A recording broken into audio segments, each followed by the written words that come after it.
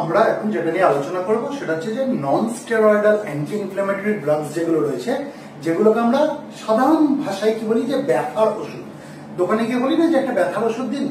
এই যে ব্যথার ওষুধ যেগুলো রয়েছে, যেগুলো হচ্ছে স্টেরয়েড না, নন স্টেরয়েডাল, এরকম কোন ব্যথার ওষুধ যেগুলো রয়েছে সেগুলোকে আমরা মেডিকেল টার্মিনোলজিতে কি বলি, NSAID, অর্থাৎ নন স্টেরয়েডাল অ্যান্টি ইনফ্ল্যামেটরি ড্রাগ। কয়েকটা উদাহরণ দিলে সহজ হয়ে যাবে জিনিসটা, যেমন ডাইক্লোফেনাক, সাইক্লোফেনাক, এগুলো কি? এগুলো হচ্ছে ব্যথার ওষুধ যেগুলোকে আমরা বলি নন স্টেরয়েডাল অ্যান্টি ইনফ্ল্যামেটরি ড্রাগস। এর অনেক উদাহরণ আছে, আমরা পরে যাবো। আপাতত আমরা একটা আইডিয়া পেলাম যে যেগুলোকে আমরা ব্যথার ওষুধ বলে দোকান থেকে নিয়ে আসি সেগুলো হচ্ছে নন স্টেরয়েডাল অ্যান্টি ইনফ্ল্যামেটরি ড্রাগস। নাম থেকেই বুঝতে পারছি নন স্টেরয়েডাল মানে it is not steroid. Anti inflammatory drugs তার মানে কি? এরা ইনফ্ল্যামেশনকে কন্ট্রোল করছে। তাহলে এই যে NSAID নামক যে ওষুধগুলো রয়েছে, এরা ইনফ্ল্যামেশনকে কি করে কন্ট্রোল করে এটা বুঝতে গেলে আমাকে জানতে হবে যে আমাদের সেল মেমব্রেন যেটা রয়েছে, যেটাকে আমরা প্লাজমা মেমব্রেন বলি, সেখানে যে ফসফোলিপিডস রয়েছে সেই ফসফোলিপিডস হয় কেন? কারণ আমরা দেখবো যে ফসফোলিপিডের উপর একটা প্রভাব আছে। ফসফোলিপিড এখানে আমরা পাবো, ফসফোলিপিডের উল্লেখ পাবো এবং সেটা মেজর রোল প্লে করছে। সুতরাং আমাদের ফসফোলিপিডসটা জিনিসটা অ্যাকচুয়ালি কি সেটা জানতে হবে, তারপরে সেখানে কি রোল আছে আমরা পরে আসছি। প্রথমে আমরা ফসফোলিপিড নিয়ে একটু আলোচনা করে নিই।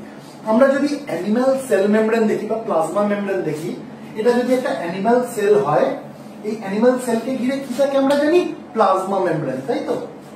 যে কোনো সেলকে ঘিরেই প্লাজমা মেমব্রেন থাকে বা সেল মেমব্রেন থাকে। যাহাই সেল মেমব্রেন তাহাই প্লাজমা মেমব্রেন। আমি প্ল্যান্ট সেল দেখি, সেখানেও প্লাজমা মেমব্রেন পাবো।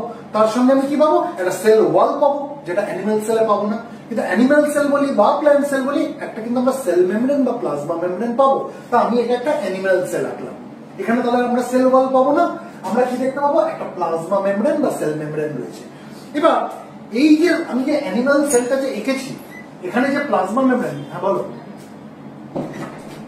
এই যে আমি অ্যানিমাল সেলটা যে এঁকেছি, এই যে প্লাজমা মেমব্রেন যেটা, এর 50% অফ দ্য মাস আমরা যদি দেখি, এটা কি নিয়ে তৈরি? লিপিড মলিকিউলস নিয়ে তৈরি হয়। তাহলে এই অ্যানিমাল সেলের মধ্যে আমরা 50% অফ মাস আমরা কি দেখবো? কি নিয়ে তৈরি? লিপিড মলিকিউলস নিয়ে তৈরি। This 50% mass of this plasma membrane are made up of lipid molecules. Lipid molecules বোঝাতে পারলাম? তাহলে আমি কি বললাম? আমি যদি কোনো একটা অ্যানিমাল সেল দেখি, তার যে প্লাজমা মেমব্রেন বা সেল মেমব্রেন, এটা আমরা যদি মাস দেখি, তার 50% অফ দ্য মাস কি নিয়ে তৈরি হচ্ছে? Made up of lipid molecules. এবার কি কি লিপিড মলিকিউলস থাকে? তিনটে মেজর ক্লাসেস অফ আমরা এই মেমব্রেন লিপিড মলিকিউলস দেখবো। মেমব্রেন লিপিড মলিকিউলস কেন বলছি? কারণ এই লিপিড মলিকিউলস গুলো কি তৈরি করছে? মেমব্রেন তৈরি করছে, প্লাজমা মেমব্রেন বা সেল মেমব্রেন তৈরি করছে। তাই এদেরকে কি বলা হচ্ছে? Membrane lipid molecules. তাহলে 3 major classes of membrane lipid molecules কি? 3 major classes of membrane lipid molecules কি হতে পারে? তিনটে major class of membrane lipid molecules কি হতে পারে? এক নম্বর হচ্ছে ফসফোলিপিড, যেটা হচ্ছে মোস্ট অ্যাবান্ডেন্ট, প্রচুর পরিমাণ থাকে। এক নম্বর হচ্ছে ফসফোলিপিডস, ফসফোলিপিডস, এটা হচ্ছে মোস্ট অ্যাবান্ডেন্ট। আর কি থাকে? কোলেস্টেরল থাকে, কোলেস্টেরল। আর কি থাকে? আর থাকে হচ্ছে স্পিঙ্গোলিপিডস, SPHINGO, স্পিঙ্গোলিপিডস। বুঝাতে পারলাম? যার মধ্যে মোস্ট অ্যাবান্ডেন্ট কোনটা? ফসফোলিপিডস। ঠিক আছে? These are the 3 major classes of membrane lipid molecules. These are the 3 major classes of the membrane lipid molecules. যার মধ্যে সবথেকে অ্যাবান্ডেন্ট কোনটা থাকে? ফসফোলিপিডস। এই অবধি আমাদের কাছে পরিষ্কার। এবার আমরা যেটা নিয়ে আলোচনা করবো সেটা হচ্ছে ফসফোলিপিডস নিয়ে আলোচনা করবো। এটা বুঝলাম।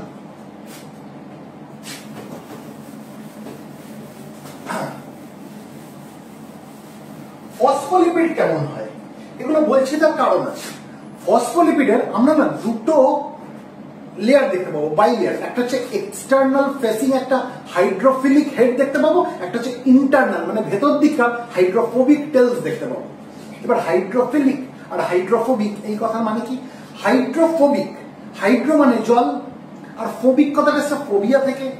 তার মানে হাইড্রোফোবিক মানে হচ্ছে যে এন্ডে জল আসতে ভয় পাবে সেই এন্ডটাকে বলে হাইড্রোফোবিক এন্ড, আর যে এন্ডে জল যেটা ভালোবাসবে মানে ওয়াটার লাভিং এন্ড সেটাকে বলে হাইড্রোফিলিক এন্ড।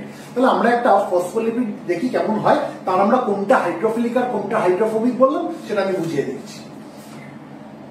এই আমি একটা হেড আঁকলাম, আমি একটু বড় করে যাচ্ছি। এই যে হেড এটা হচ্ছে hydrophilic end, this end is hydrophilic end. তার মানে এখানে জল আসতে পারে, এর ভয় নেই, this is water loving end. এটা হচ্ছে হাইড্রোফিলিক, আমি এন্ড না লিখে এটাকে আমি হেড লিখি, ঠিক আছে? এটা একটা মাথার মতো হাইড্রোফিলিক হেড। এর সঙ্গে আমি কি দেখবো, যে দুখানা ওই টেল জুড়ে রয়েছে। কিরকম টেল গুলো হয়, এটা একটা টেল, এটা আরেকটা টেল, ঠিক আছে? দুটো টেল। এই যে টেল যেগুলো, এগুলো হচ্ছে হাইড্রোফোবিক টেলস। তার মানে এখানে হাইড্রো অর্থাৎ জল আসতে ভয় পাবে। This are hydrophobic tails. এবার যদি আমরা আরেকটু ডিটেলসে যাই, এখানে আমি যদি একটা ভাগ করে দিই এরকম, তাহলে এই যে উপরের যে হেড যেটা আমি দেখতে পাচ্ছি, এটা কি করছে, এক্সটেরিয়ার ফেসিং হেড। এটা তার মানে এক্সটেরিয়ার মানে বাইরের দিক, সেলের বাইরের দিক যেটা, এই এক্সটেরিয়ার ফেসিং হাইড্রোফিলিক হেড আমরা দেখতে পাচ্ছি। আর নিচের দিকে আমি কি দেখছি, ইন্টেরিয়ার হাইড্রোফোবিক টেলস। বোঝাতে পারলাম? তার মানে এটা হচ্ছে বাইরের দিক এক্সটেরিয়ার পার্ট, এটা হচ্ছে ইন্টেরিয়ার পার্ট, তাই তো? এই জন্য আমি ফসফোলিপিডস যেটা, এটাকে আমি কি বলছি, বাই লেয়ার। এটা বাইরের দিকের লেয়ার, এটা ভেতর দিকের লেয়ার। বাইরের দিকের লেয়ারে কি রয়েছে, এক্সটেরিয়ার ফেসিং হাইড্রোফিলিক হেড, আর ভেতর দিকে কি রয়েছে, ইন্টেরিয়ার হাইড্রোফোবিক টেলস, দুখানা টেল। এই অবধি বুঝলাম। এবার আমরা যদি হেডটা দেখি, যেটাকে আমরা হাইড্রোফিলিক হেড বলছি, এখানে আমরা কি দেখবো, একটা গ্লিসারল ব্যাকবোন দেখতে পাবো। এখানে এই যে জায়গাটা এখানে আমরা কি দেখতে পাবো, এটা হচ্ছে গ্লিসারল ব্যাকবোন। আমি খুব সহজ ভাবে যাচ্ছি, খুব ডিটেলসে যাচ্ছি না। এখানে আমরা কি দেখবো, গ্লিসারল ব্যাকবোন। আর এই যে জায়গাটা, এখানে আমরা কি দেখতে পাবো, এখানে আমরা ফসফেট মলিকিউল দেখতে পাবো। এখানে আমরা কি দেখতে পাবো, ফসফেট মলিকিউল, ফসফেট মলিকিউল। তার মানে এই যে হাইড্রোফিলিক হেড যেটা, এখানে আমরা কি দেখছি, এখানে ফসফেট মলিকিউল দেখতে পাচ্ছি, এখানে গ্লিসারল ব্যাকবোন দেখতে পাচ্ছি। তাহলে আমরা যে হাইড্রোফোবিক টেলস গুলো যেগুলো বলেছিলাম, এগুলো কিসের সঙ্গে জুড়ে রয়েছে, এটা গ্লিসারল ব্যাকবোনের সঙ্গে জুড়ে রয়েছে। বোঝাতে পারলাম? এবার এই যে হাইড্রোফোবিক টেল, এখানে আমরা যেটা দেখতে পাবো সেটা হচ্ছে স্যাচুরেটেড ফ্যাটি অ্যাসিড দেখতে পাবো। Saturated fatty acid, saturated fatty acid তার মানে কি, স্যাচুরেটেড ফ্যাটি অ্যাসিড মানে হচ্ছে এখানে আমরা কোনো ডবল বন্ড দেখতে পাবো না। কিন্তু এই যে টেলটা, এটা হচ্ছে, এখানে আমরা কি দেখবো, এখানে আমরা আনস্যাচুরেটেড ফ্যাটি অ্যাসিড দেখতে পাবো। আনস্যাচুরেটেড ফ্যাটি অ্যাসিড মানে কি, মানে এখানে আমরা ডবল বন্ড দেখতে পাবো। স্যাচুরেটেড মানে আমরা ডবল বন্ড দেখতে পাবো না, আনস্যাচুরেটেড মানে আমরা ডবল বন্ড দেখতে পাবো। এখানে এক বা একাধিক ডবল বন্ড রয়েছে। বোঝাতে পারলাম? এটা হচ্ছে কি, এটা হচ্ছে saturated fatty acid. This is saturated fatty acid. এবার স্যাচুরেটেড ফ্যাটি অ্যাসিড কি কি হতে পারে পরে আসছি। এটা আমি কি লিখেছি, স্যাচুরেটেড ফ্যাটি অ্যাসিডের টেল। আর এখানে আমি কি দেখতে পাচ্ছি, ডবল বন্ড আছে, তাই তো? সেটা একটা আমি এঁকেছি, একটাও থাকতে পারে, একের অধিকও থাকতে পারে। তাহলে এটাকে আমরা কি বলবো, এটা হচ্ছে আনস্যাচুরেটেড ফ্যাটি অ্যাসিডের টেল। আনস্যাচুরেটেড ফ্যাটি অ্যাসিডের টেল। বোঝাতে পারলাম? আচ্ছা, এবার এই যে স্যাচুরেটেড ফ্যাটি অ্যাসিড, এই যে টেলটার মধ্যে আমরা দেখতে পাচ্ছি, সেগুলো কি হতে পারে, পালমেটিক অ্যাসিড হতে পারে। আমি লিখে দিচ্ছি, পালমেটিক অ্যাসিড হতে পারে, পালমেটিক অ্যাসিড। আর কি হতে পারে, এটা স্টিয়ারিক অ্যাসিড হতে পারে,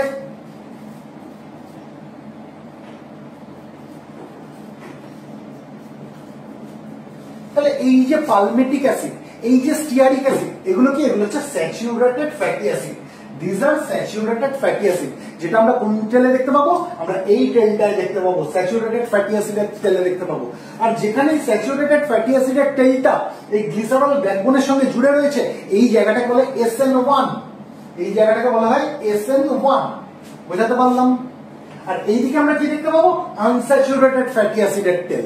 এবার এই যে আনস্যাচুরেটেড ফ্যাটি অ্যাসিডের টেল, আনস্যাচুরেটেড ফ্যাটি অ্যাসিড কি কি হতে পারে, লিনোলেইক অ্যাসিড হতে পারে, আমি লিখে দিচ্ছি লিনোলেইক অ্যাসিড হতে পারে, ঠিক আছে। লিনোলেইক অ্যাসিডের পাশাপাশি অ্যারাকিডোনিক অ্যাসিড থাকতে পারে, এটা খুব ইম্পর্টেন্ট, আমি লাল দিয়ে আসছি কারণ এবার আমরা অ্যারাকিডোনিক অ্যাসিডের কনসেপ্টে আসবো।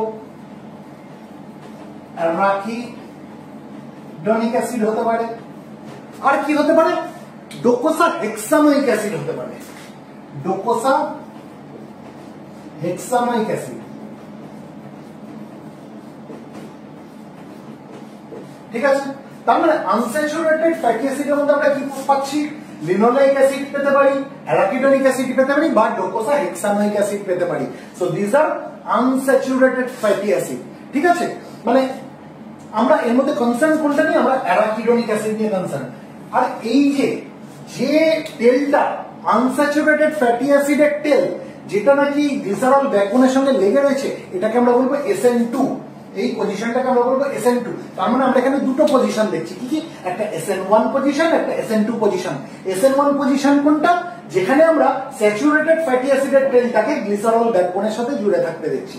আর SN2 পজিশন কোনটা, SN2 পজিশন হচ্ছে সেই পজিশনটা যেখানে আমরা আনস্যাচুরেটেড ফ্যাটি অ্যাসিডের টেলটাকে গ্লিসারল ব্যাকবোনের সঙ্গে জুড়ে থাকতে দেখছি। কারণ এইটা হচ্ছে গ্লিসারল ব্যাকবোন, তাই তো। আর এটা কি, এটা হচ্ছে ফসফেট মলিকিউল। এই দুটো ফসফেট মলিকিউল আর গ্লিসারল ব্যাকবোন মিলে কি তৈরি করছে, হাইড্রোফিলিক এন্ড। এটা আমরা আগে আলোচনা করে নিয়েছি, এই দুটো মিলে হাইড্রোফিলিক এন্ড তৈরি করেছে। বোঝাতে পারলাম? তার মানে একটা জিনিস আমাদের কাছে পরিষ্কার যে ফসফোলিপিডটা কি, বাইলেয়ার, একটা বাইরের দিকের লেয়ার, একটা ভেতর দিকের লেয়ার। বাইরের দিকের লেয়ারটার মধ্যে কি রয়েছে আমি দেখছি, হাইড্রোফিলিক এন্ড। হ্যাঁ বলো। না তোমাকে বলে দিয়েছি। আচ্ছা, আরেকটা কি, আরেকটা হচ্ছে হাইড্রোফোবিক টেল। হাইড্রোফোবিক টেল বলতে যেটা আমরা ভেতর দিকে পাচ্ছি, ইন্টেরিয়ার হাইড্রোফোবিক টেলস, সেই জন্য এটাকে আমরা বাইলেয়ার বললাম। বোঝাতে পারলাম? আচ্ছা, মানে আলটিমেটলি আমরা এতক্ষণ যে আলোচনা করলাম, আমি আলোচনা থেকে কি জানতে পারলাম, যে অ্যারাকিডোনিক অ্যাসিডটা কিসের সঙ্গে লেগে থাকে, এই যে ছবিটা গেছে, এটা কিসের ছড়িয়ে গেছে, আমি ফসফোলিপিডের ছড়িয়ে গেছি।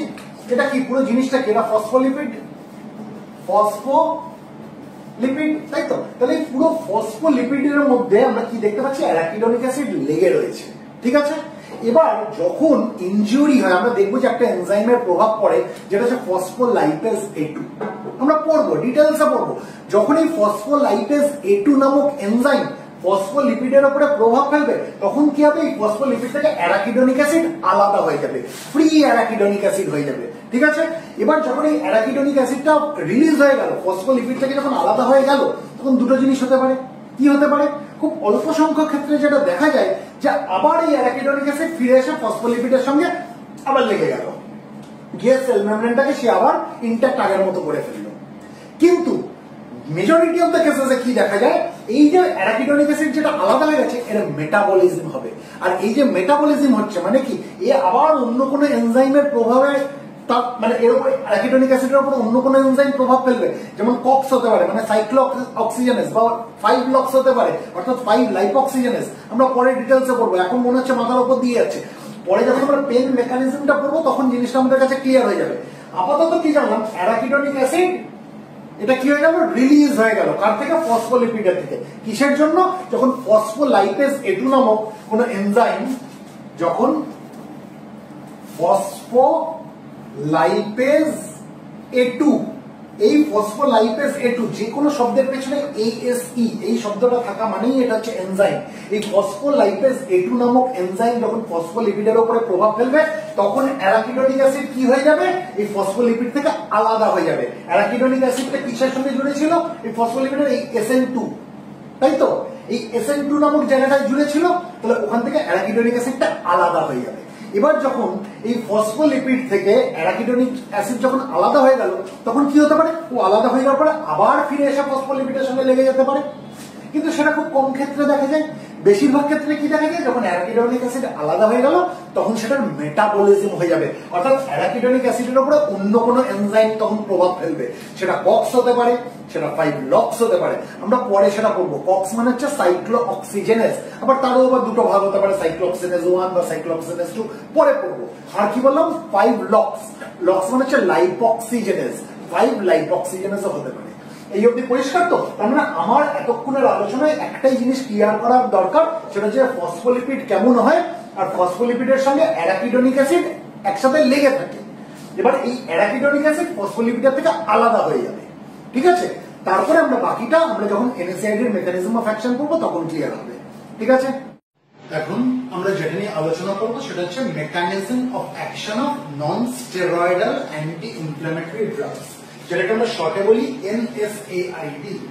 NSAID অর্থাৎ N মানে হচ্ছে নন, S মানে হচ্ছে স্টেরয়েডাল, A মানে হচ্ছে অ্যান্টি, I মানে হচ্ছে ইনফ্ল্যামেটরি, আর D মানে হচ্ছে ড্রাগ। অর্থাৎ আমরা কি নিয়ে আলোচনা করবো? NSAIDs অর্থাৎ নন স্টেরয়েডাল অ্যান্টি ইনফ্ল্যামেটরি ড্রাগস। নাম থেকেই বুঝতে পারছি নন স্টেরয়েডাল অ্যান্টি ইনফ্ল্যামেটরি ড্রাগ। এটার মানে কি?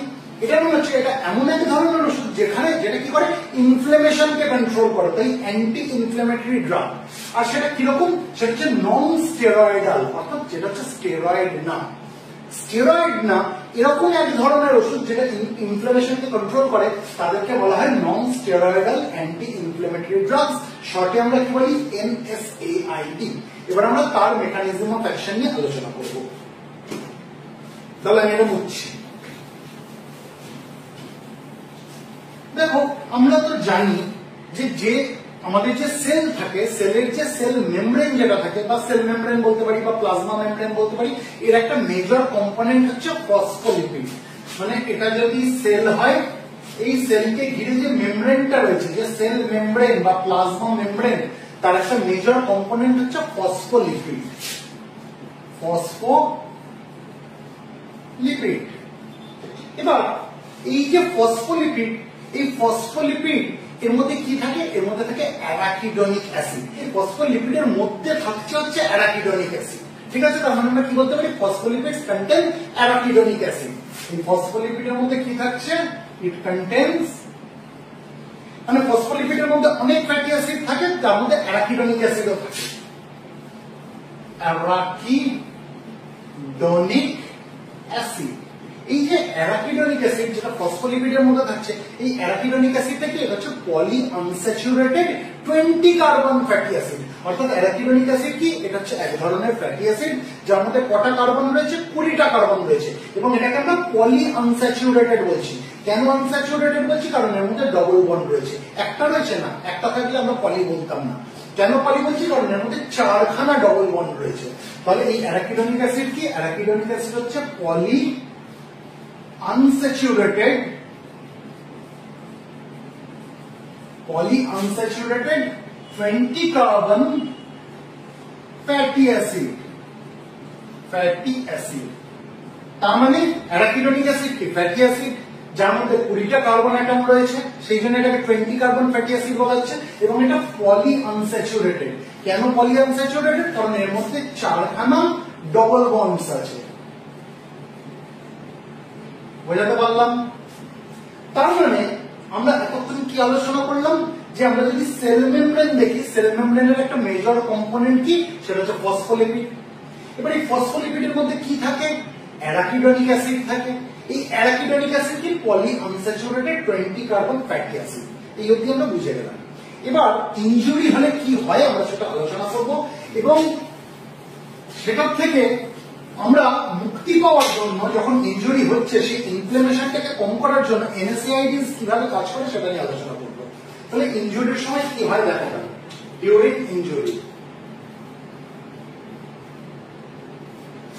দেখো, সেল মেমব্রেনের মধ্যে যে ফসফোলিপিডস যেটা রয়েছে এর উপরে এক ধরনের এনজাইম অ্যাক্ট করে, এর উপরে এক ধরনের এনজাইম প্রভাব ফেলে, যে এনজাইমটাকে বলা হয় সাইটোসোলিক ফসফোলাইপেজ A2 আলফা। লিখে দিচ্ছি, না হলে তোমাদের মনে থাকবে না। ফসফোলিপিডস কোথায় রয়েছে? সেল মেমব্রেন বা প্লাজমা মেমব্রেনের মধ্যে, because phospholipid is one of the major component of plasma membrane. এবার এই ফসফোলিপিডের উপরে কে প্রভাব ফেলছে? এক ধরনের এনজাইম প্রভাব ফেলছে। সেই এনজাইমটা কি? যে এনজাইমটা ফসফোলাইপেজ A2 ফ্যামিলিতে বিলং করে, যে এনজাইমটা ফসফোলাইপেজ A2 ফ্যামিলিতে বিলং করে তারা এই ফসফোলিপিডের উপরে প্রভাব ফেলছে। সেই এনজাইমটার নাম কি? Cytosolic phospholipase A2 alpha. Cytosolic phospholipase A2 alpha. এই যে সাইটোসোলিক ফসফোলাইপেজ A2 আলফা, এই যে এনজাইমটা, এটা কোন ফ্যামিলিতে বিলং করে? It belongs to phospholipase A2 family. It belongs to phospholipase A2 family. এবার যখন এই ফসফোলিপিডস এর উপরে, সেল মেমব্রেনের মধ্যে থাকা ফসফোলিপিডস এর উপরে যখন সাইটোসোলিক ফসফোলাইপেজ A2 আলফা নামক এনজাইমটা প্রভাব ফেললো, তখন এই ফসফোলিপিডস এর মধ্যে যে অ্যারাকিডোনিক অ্যাসিড যেগুলো ছিল সেগুলো রিলিজ হয়ে যাবে, অর্থাৎ প্লাজমা মেমব্রেন বা সেল মেমব্রেন থেকে অ্যারাকিডোনিক অ্যাসিড রিলিজ হয়ে গেল। তাহলে কি বেরিয়ে আসলো? অ্যারাকিডোনিক অ্যাসিড, যেটা নাকি ফসফোলিপিডস এর মধ্যে ছিল।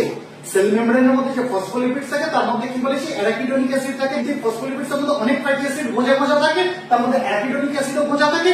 সেই অ্যারাকিডোনিক অ্যাসিড ফসফোলিপিডস থেকে বাইরে বেরিয়ে আসলো, অর্থাৎ প্লাজমা মেমব্রেন বা সেল মেমব্রেনের বাইরে চলে আসলো। কার প্রভাবে আসলো? সাইটোসোলিক ফসফোলাইপেজ A2 আলফা যখন ফসফোলিপিডস এর উপরে প্রভাব ফেললো, তখন ফসফোলিপিডস এর মধ্যে যে অ্যারাকিডোনিক অ্যাসিড ছিল সেটা সেল মেমব্রেনের বাইরে চলে আসলো। এই অবধি পরিষ্কার? এবার এই অ্যারাকিডোনিক অ্যাসিডের উপরে আমরা দেখবো যে দু রকমের এনজাইম প্রভাব ফেলবে। দু রকমের এনজাইম কি কি? এক ধরনের এনজাইমকে বলা হয় সাইক্লোঅক্সিজেনেজ 1 বা ছোট করে আমরা COX-1 বলতে পারি। সাইক্লোঅক্সিজেনেজ 1 বা এটাকে আমরা ছোট করে কি বলতে পারি? COX-1। দেখো একটা জিনিস আমি বলে রাখি, যে কোনো শব্দের পেছনে ASE কথাটা থাকলেই বুঝবে এটা এনজাইম। সাইক্লোঅক্সিজেনেজ তার মানে কি? এটা এক ধরনের এনজাইম। সাইটোসোলিক ফসফোলাইপেজ, দেখো ASE A2 আলফা, এই যে লাইপেজ এজ রয়েছে, ASE থাকা মানে হচ্ছে এনজাইম। তাহলে এই অ্যারাকিডোনিক অ্যাসিডের উপরে যখন সাইক্লোঅক্সিজেনেজ 1 নামক বা যেটাকে আমরা ছোট করে COX-1 বলি, সেই এনজাইম প্রভাব ফেলে, তখন এখানে কিছু নিশ্চয়ই তৈরি হবে। আবার এই অ্যারাকিডোনিক অ্যাসিডের উপরে আরেক ধরনের সাইক্লোঅক্সিজেনেজ এনজাইম প্রভাব ফেলে, যেটাকে বলে সাইক্লোঅক্সিজেনেজ 2। সাইক্লোঅক্সিজেনেজ 2 বা যেটাকে আমরা ছোট করে কি বলতে পারি? COX-2। এটাও এক ধরনের এনজাইম। তাহলে আমরা কি দেখলাম? সেল মেমব্রেনের মধ্যে থাকে ফসফোলিপিডস। ফসফোলিপিড হচ্ছে সেল মেমব্রেনের একটা মেজর কম্পোনেন্ট। আর এই ফসফোলিপিডস এর মধ্যে কি থাকে? অ্যারাকিডোনিক অ্যাসিড গোজা থাকে।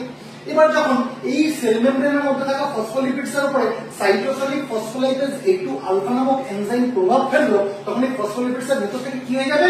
অ্যারাকিডোনিক অ্যাসিড রিলিজ হয়ে যাবে, অর্থাৎ সেল মেমব্রেন থেকে অ্যারাকিডোনিক অ্যাসিড বেরিয়ে আসে। এবার যখন অ্যারাকিডোনিক অ্যাসিড বেরিয়ে আসলো, তখন এই অ্যারাকিডোনিক অ্যাসিডের উপরে সাইক্লোঅক্সিজেনেজ এর দুটো টাইপ রয়েছে, একটা হচ্ছে সাইক্লোঅক্সিজেনেজ 1, একটা হচ্ছে সাইক্লোঅক্সিজেনেজ 2। এই যে দু রকমের যে এনজাইম, একটা সাইক্লোঅক্সিজেনেজ 1 এবং একটা হচ্ছে সাইক্লোঅক্সিজেনেজ 2, এরা এই অ্যারাকিডোনিক অ্যাসিডের উপরে প্রভাব বিস্তার করবে। ঠিক আছে? যখন এই অ্যারাকিডোনিক অ্যাসিডের উপরে সাইক্লোঅক্সিজেনেজ 1 নামক এনজাইম অ্যাক্ট করবে, তখন কি তৈরি হবে? তখন আমরা দেখব দুখানা ইন্টারমিডিয়েট তৈরি হয়। তারপরে আমরা দেখব কি তৈরি হয়। ইন্টারমিডিয়েট মানে প্রথমে একটা জিনিস তৈরি হবে, প্রথম ইন্টারমিডিয়েট, তারপরে ইমিডিয়েটলি সেটা চেঞ্জ হয়ে গিয়ে আরেকটা জিনিস তৈরি হবে, সেটাও ইন্টারমিডিয়েট, তারপরে সেটা আবার চেঞ্জ হয়ে অন্য কিছু তৈরি হবে। তাহলে প্রথম যে ইন্টারমিডিয়েট তৈরি হয় সেটাকে বলা হয় প্রস্টাগ্ল্যান্ডিন G2। কি বলা হয়?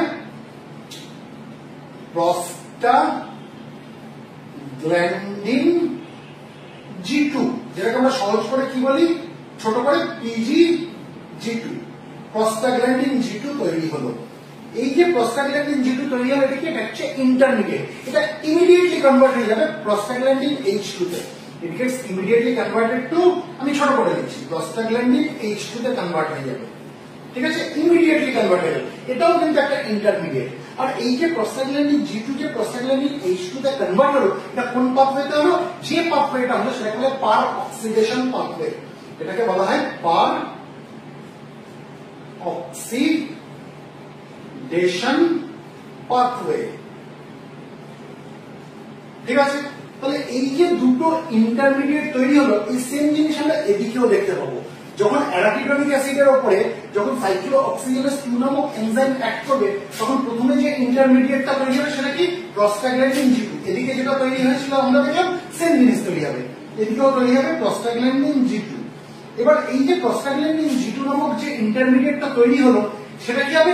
ইমিডিয়েটলি কনভার্ট হয়ে যাবে প্রস্টাগ্ল্যান্ডিন H2 তে। এদিকে যেমন দেখেছি সেম জিনিস এদিকে হবে, প্রস্টাগ্ল্যান্ডিন H2 তে কনভার্ট হয়ে গেল। কিসের মাধ্যমে? পার অক্সিডেশন পাথওয়েতে। আমি আর এদিকে লিখছি, ঠিক আছে? তাহলে এদিকে আমরা দেখলাম দুখানা কি হলো? দুখানা ইন্টারমিডিয়েট তৈরি হলো। এবার প্রথমে আমরা COX-1 পাথওয়ে নিয়ে আলোচনা করব, তারপর আমরা COX-2 পাথওয়েতে যাব। তবে COX-1 পাথওয়েতে কি দেখলাম আমরা? অ্যারাকিডনিক অ্যাসিডের উপরে যখন সাইক্লোঅক্সিজেনেজ 1 বা COX-1 যখন অ্যাক্ট করলো, তখন প্রথম একটা ইন্টারমিডিয়েট তৈরি হলো, যেটা হচ্ছে প্রস্টাগ্ল্যান্ডিন G2। তারপরে কি হলো? ইমিডিয়েটলি প্রস্টাগ্ল্যান্ডিন G2 কিসে কনভার্ট হয়ে গেল? প্রস্টাগ্ল্যান্ডিন H2 তে কনভার্ট হয়ে গেল। এবার এই প্রস্টাগ্ল্যান্ডিন H2 এর উপরে তিন ধরনের এনজাইম অ্যাক্ট করবে। এক ধরনের এনজাইমকে বলা হয় প্রস্টাগ্ল্যান্ডিন ই সিনথেজ। আমি কোথায় লিখবো? এখানে লেখা যায়নি, আমি ছোট করে লিখছি। প্রস্টাগ্ল্যান্ডিন, ঠিক আছে? প্রস্টাগ্ল্যান্ডিনকে আমি PG বলে লিখছি, ই সিনথেজ। দেখো এই প্রস্টাগ্ল্যান্ডিন ই সিনথেজ, এখানেও ASE রয়েছে শেষে, তার মানে এটা একটা এনজাইম। তার মানে যখন এই প্রস্টাগ্ল্যান্ডিন H2 এর উপরে প্রস্টাগ্ল্যান্ডিন ই সিনথেজ নামক এনজাইম অ্যাক্ট করবে, তখন কি তৈরি হবে? প্রস্টাগ্ল্যান্ডিন E2 তৈরি হবে। প্রস্টাগ্ল্যান্ডিন E2 তৈরি হবে। এই যে প্রস্টাগ্ল্যান্ডিন E2 যেটা তৈরি হলো, এটা হচ্ছে সাইটোপ্রোটেক্টিভ। আমি বুঝিয়ে দিচ্ছি সাইটোপ্রোটেক্টিভ কাকে বলে। সাইটোপ্রোটেক্টিভ, এই প্রস্টাগ্ল্যান্ডিনটা হচ্ছে সাইটোপ্রোটেক্টিভ প্রস্টাগ্ল্যান্ডিন। সাইটো কথার মানে হচ্ছে সেল, সেলকে প্রোটেক্ট করছে। মানে এই প্রস্টাগ্ল্যান্ডিন E2 কি করে? গ্যাস্ট্রিক ইপিথেলিয়াম যেটা থাকে, আমাদের স্টমাকের লাইনিং যেটা থাকে, গ্যাস্ট্রিক ইপিথেলিয়াম, সেটাকে প্রোটেক্ট করে। এই প্রস্টাগ্ল্যান্ডিন E2 আমাদের কিডনির ফাংশন যাতে নরমালি হতে পারে সেটা দেখে। তার মানে যদি এই প্রস্টাগ্ল্যান্ডিন E2 তৈরি না হয়, তাহলে কি হবে? গ্যাস্ট্রিক ইপিথেলিয়াম নষ্ট হবে, আলসারেশন হতে পারে, কিডনির নরমাল ফাংশনিং হবে না, কিডনিটা খারাপ হয়ে যেতে পারে, তাই তো? তার মানে প্রস্টাগ্ল্যান্ডিন E2 টা তৈরি হওয়াটা দরকার। এন্ড এই প্রস্টাগ্ল্যান্ডিন E2 টা কি, যেটা COX-1 পাথওয়েতে হচ্ছে, এটা হচ্ছে সাইটোপ্রোটেক্টিভ, অর্থাৎ এটা কি করছে? এটা সেলকে প্রোটেক্ট করছে। কিন্তু গল্পটা এখানেই শেষ না। আমি কি বলেছি? এই প্রস্টাগ্ল্যান্ডিন H2 কে তিন ধরনের এনজাইম অ্যাক্ট করে, এটা তো এক ধরনের এনজাইম গেল। এবার আসছি দ্বিতীয় এনজাইম কি অ্যাক্ট করে। দ্বিতীয় যে এনজাইমটা অ্যাক্ট করে সেটা হলো থ্রম্বক্সেন A সিনথেজ। থ্রম্বক্সেন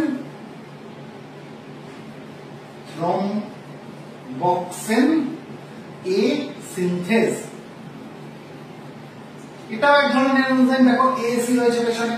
তাহলে যখন এই প্রস্টাগ্ল্যান্ডিন H2 এর উপরে থ্রম্বক্সেন A সিনথেজ নামক যখন এনজাইম অ্যাক্ট করে, তখন এই প্রস্টাগ্ল্যান্ডিন H2 কিসে কনভার্ট হয়ে যায়? থ্রম্বক্সেন A2 নামক একটা ডেঞ্জারাস জিনিসে কনভার্ট হয়ে যায়।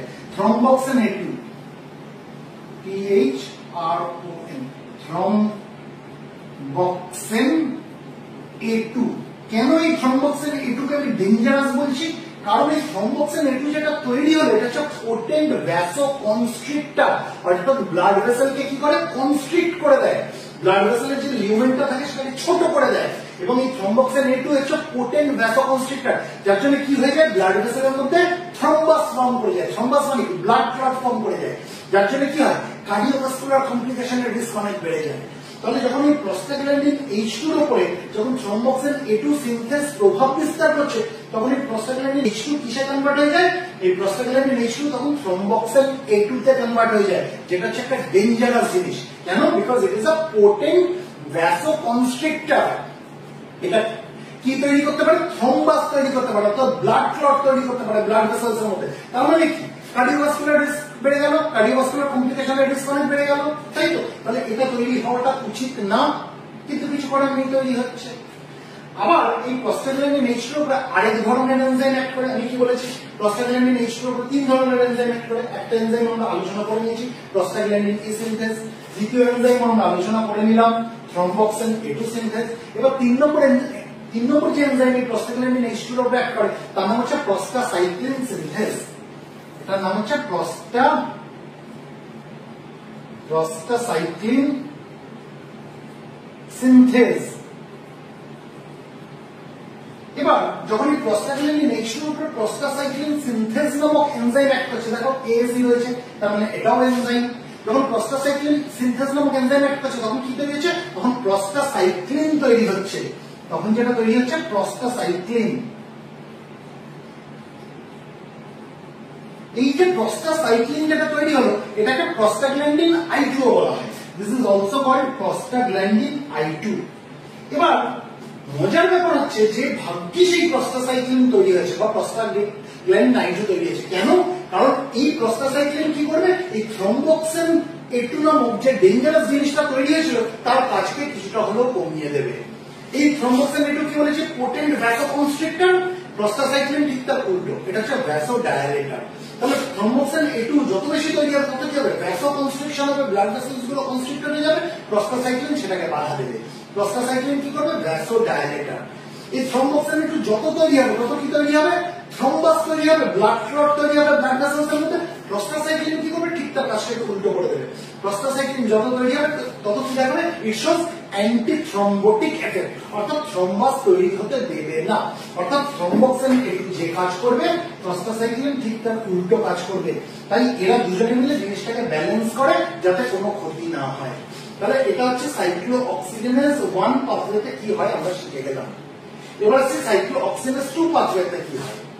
অ্যারাকিডোনিক অ্যাসিডের উপরে সাইক্লোঅক্সিডেনেজ 2 অর্থাৎ COX-2 এনজাইম অ্যাক্ট করলে কি তৈরি হলো? প্রথমে একটা ইন্টারমিডিয়েট তৈরি হলো যেটাকে কি বলে? Prostaglandin G2। ইমিডিয়েটলি সেটা কি হয়ে যাবে? কনভার্ট হয়ে যাবে প্রস্টাগ্ল্যান্ডিন H2 তে। এটাও একটা ইন্টারমিডিয়েট। এবার এই প্রস্টাগ্ল্যান্ডিন H2 এর উপরে প্রস্টাগ্ল্যান্ডিন E সিনথেজ নামক এনজাইম অ্যাক্ট করবে। কি বললাম?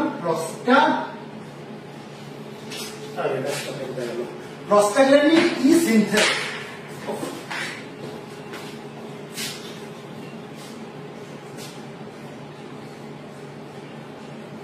Prostaglandin E সিনথেজ। এবার যখন এই প্রস্টাগ্ল্যান্ডিন H2 এর উপরে প্রস্টাগ্ল্যান্ডিন E সিনথেজ অ্যাক্ট করবে তখন কি তৈরি হবে? প্রস্টাগ্ল্যান্ডিন E2 তৈরি হবে। Prostaglandin E2। কিন্তু এই যে প্রস্টাগ্ল্যান্ডিন E2 যেটা তৈরি হলো এটা কিন্তু প্যাথোজেনিক। কেন প্যাথোজেনিক আমি বলে দিচ্ছি। প্যাথোজেনিক মানে এটা খারাপ। এটা যত বেশি তৈরি হবে তত কি হবে? ইনফ্ল্যামেশন তৈরি হবে। প্রস্টাগ্ল্যান্ডিন E2 যত তৈরি হবে তত কি হবে? ইনফ্ল্যামেশন তৈরি হবে, জায়গাটা ফুলে যাবে, সোয়েলিং হবে, পেন হবে, ব্যথা হবে। ঠিক আছে? তাহলে এই প্রস্টাগ্ল্যান্ডিন E2 যদি তৈরি হতে না দেওয়া হয় তাহলে কি হবে? ইনফ্ল্যামেশন কন্ট্রোল হবে। ইনফ্ল্যামেশন কন্ট্রোল হলে কি হবে? ব্যথা গুলো কমবে, তাই তো? দেখো এখানে আমরা দেখেছিলাম প্রস্টাগ্ল্যান্ডিন E2 তৈরি হয়েছিল। প্রস্টাগ্ল্যান্ডিন H2 এর উপরে যখন প্রস্টাগ্ল্যান্ডিন E সিনথেজ অ্যাক্ট করেছিল তখন প্রস্টাগ্ল্যান্ডিন তৈরি হয়েছিল। কিন্তু এই প্রস্টাগ্ল্যান্ডিনটা কি ছিল? সাইটোপ্রোটেক্টিভ, অর্থাৎ সেলকে প্রোটেক্ট করে। এরা গ্যাস্ট্রিক এপিথেলিয়ামকে মেইনটেইন করে, এরা প্রোটেক্ট করে যাতে গ্যাস্ট্রিক এপিথেলিয়াম নষ্ট না হয়। এরা কিডনির নরমাল ফাংশনিংটাকে মেইনটেইন করে। কিন্তু প্রস্টাগ্ল্যান্ডিন E2 যেটা এই দিকে তৈরি হলো COX-2 পাথওয়েতে, ঠিক আছে, এটা কিন্তু প্যাথোজেনিক। কেন প্যাথোজেনিক? কারণ এর কারণে কি হয়? ইনফ্ল্যামেশন হয়, ইনডিউস ইনফ্ল্যামেশন। তার মানে যখন আমাদের কোনো ইনজুরি হচ্ছে তখন আমাদের প্রচুর পরিমাণ কি তৈরি হবে? প্রস্টাগ্ল্যান্ডিন E2 তৈরি হবে। প্রচুর পরিমাণ প্রস্টাগ্ল্যান্ডিন E2 তৈরি হবে। আর কোন পাথওয়েতে? সাইক্লোঅক্সিডেনেজ 2 পাথওয়েতে। এই যে প্রস্টাগ্ল্যান্ডিন E2 যেটা সাইক্লোঅক্সিডেনেজ 2 পাথওয়েতে তৈরি হলো অর্থাৎ প্যাথোজেনিক প্রস্টাগ্ল্যান্ডিন যেটা তৈরি হলো এর কারণে কি হচ্ছে? ইনফ্ল্যামেশন হচ্ছে। তাহলে ইনফ্ল্যামেশন যত হবে তত কি হবে? ব্যথাভূতি বাড়বে। তাহলে ব্যথাকে যদি কমাতে হয় ইনফ্ল্যামেশনকে কমাতে হবে। ইনফ্ল্যামেশনকে কমাতে গেলে এই প্রস্টাগ্ল্যান্ডিন E2 প্রোডাকশনটাকে কম করতে হবে যাতে প্রস্টাগ্ল্যান্ডিন E2 তৈরি না হয় সেই জিনিসটা আমাদের দেখতে হবে। কোন prostaglandin E2? Pathogenic prostaglandin E2 যাতে তৈরি না হয় সেই জিনিসটা দেখতে হবে। বুঝতে পারলাম? এবার নন স্টেরয়েডাল অ্যান্টি ইনফ্ল্যামেটরি ড্রাগস যেগুলো রয়েছে যেটাকে আমরা NSAIDs বলি, এটা 3 রকমের হতে পারে। প্রথম যেটা নিয়ে আলোচনা করবো সেটা হচ্ছে নন সিলেক্টিভ COX ইনহিবিটর। এক নম্বর হচ্ছে নন সিলেক্টিভ